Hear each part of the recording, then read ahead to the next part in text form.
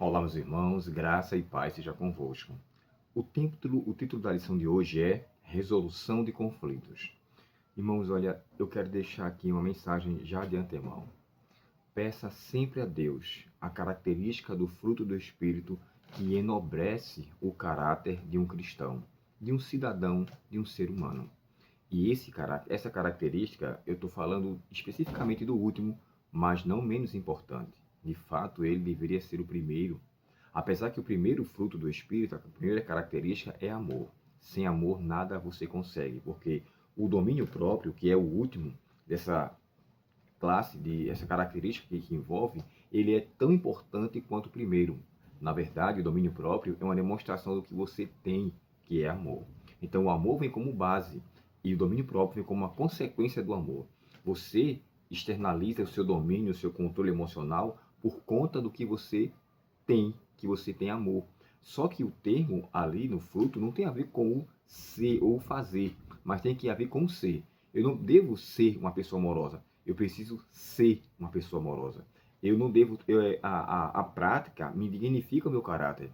Então, o domínio próprio, irmãos, é algo crucial. Quando você se vê em divergências, a gente está num mundo onde as pessoas estão com os ânimos aflorados. E eu digo uma coisa para vocês, sem medo de errar: as más alimentações trazem grande dano à pessoa que está de fato disposta a ter uma postura diferente. Isso tem muito a ver com aquilo que nós comemos. Então, dependendo daquilo que eu como, a minha emoção pode ser acalorada ou ela pode ser mais equilibrada. E aqui, na resolução dos conflitos que nós conhecemos, a maneira bondosa, compassiva e firme no Senhor das três tribos, né? A tribo de Ruben, a tribo de Gade e a meia tribo de Manassés. Eles foram brilhantes naquela atitude. E é tanto que o próprio restante dos seus irmãos, os outros povos, as outras tribos, fizeram com eles uma conciliação, uma reconciliação, porque eles viram que foram precipitados. Agora, irmãos, eu não posso deixar de ler dois pontos aqui. Esse vídeo eu quero que chegue até no máximo 5 minutos, mas eu preciso ler para vocês dois tópicos aqui. Primeiro, o Salmo 133, ele começa dizendo assim: quão bom e quão suave que os irmãos vivem em união. O Comentário Bíblico Adventista e Patriarcas e Profetas, na página 400, deixa eu ver aqui, na página 658, ele diz assim, ó, perdão, 659, não, perdão, deixa eu voltar aqui, 658 mesmo, diz assim, ó, quão bom e quão suave é que os irmãos vivam em união. Ele tinha provado o amargor da desconfiança. Ele estava, de fato, na caverna de Adulão, com a família reunida. E ele fez com que esse cântico fizesse valer o que ele estava vivendo agora com seus irmãos. Foi ali que Davi compôs esse salmo. Ele tinha provado a desconfiança de parte dos seus irmãos e a harmonia que tomaram lugar da discórdia trouxe a alegria. Ou seja, ele foi motivado através da reconciliação com os irmãos. Nós sabemos que os irmãos de Davi não eram muito carismáticos com ele, não eram simpatizantes de Davi. Sempre eles afrontavam, uma vez que alguns acreditam que ele era filho do mesmo pai, mas de uma mãe, talvez uma mãe totalmente contrária aos princípios dele. Há quem chegue a descrever, irmãos, que talvez a mãe de Davi fosse uma prostituta. A expressão quando ele fala assim, em pecado concedeu a minha mãe, não está falando da natureza do pecado, mas a causa. Se a causa de fato deles foi em pecado, então subtende-se que ela estava em adultério com Jessé. Mas isso é um assunto para outro tema.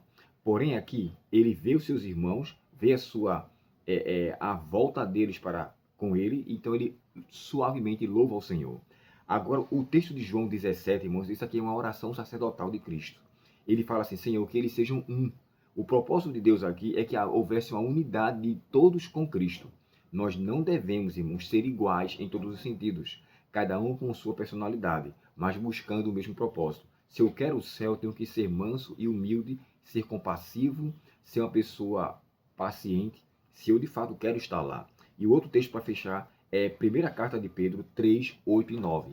E na versão NVT, o texto diz assim: por fim, tenham todos o mesmo modo de pensar, sejam cheios de compaixão uns pelos outros, amem uns aos outros como irmãos, mostrem misericórdia e humildade, não retribuam mal por mal, nem insulto com insulto, ao contrário, retribuam com uma bênção. Foi para isso que vocês foram chamados, e a bênção de Deus vos será concedida. Irmãos, isso é tão gratificante.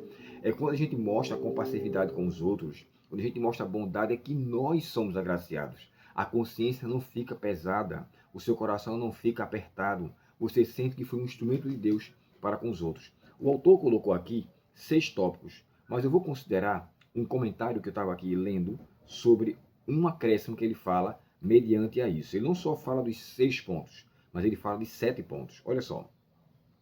7 princípios fundamentados em Josué 22, 30 e 34.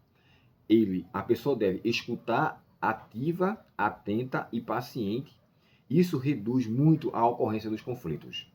2. Saber o máximo que puder da verdade. Deve preceder a reconciliação ou a disciplina. 3. Andar em unidade. Não é manter um silêncio que se torna conivente com os erros de apostasia. 4. Converse claramente sobre os problemas, quer sejam aparentes, reais ou potenciais. 5. A disciplina deve ser o último recurso e não o primeiro. Isso aqui envolve mais para a liderança da igreja. Vou discipliná-lo, não. Vamos saber dos fatos, como realmente eles são, para tomar uma posição com mais bom senso. O 6º, a liderança espiritual deve servir como uma ponte e não como um chicote ou martelo.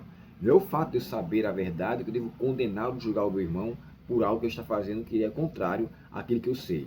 7º, memória preservada de um conflito bem resolvido edifica gerações futuras. Foi o que eles fizeram para manter a harmonia no futuro. Ah, irmão, seria tão bom se nós pensássemos no amanhã antes dos atos de agora. Evitaríamos muitos problemas e, com certeza, Cristo seria muito mais honrado em nossas vidas se procedêssemos de tal forma. Que Deus, portanto, nos abençoe e que saibamos ter resoluções práticas diante daquilo que Deus nos ensinou. E, primeiramente, busque paz com você mesmo. A Bíblia fala, né? Seguir a paz com todos e a santificação, sem a qual ninguém verá o Senhor. Vamos orar? Obrigado a Deus por sabermos como de fato devemos desenvolver os conflitos de forma que possamos encontrar resolução de uma forma bíblica, cristã e de uma forma que demonstremos o nosso testemunho de servos do Senhor. Peço-te, Pai, misericórdia para com todos nós e nos dá o domínio próprio, essa característica do fruto que é tão crucial. E assim, façamos todo a tua santa e boa vontade. Dá-nos um bom dia, Senhor, te pedimos, em nome de Jesus. Amém. Deus te abençoe, um ótimo dia e até o próximo estudo, se Deus quiser. Fique com Deus, até logo.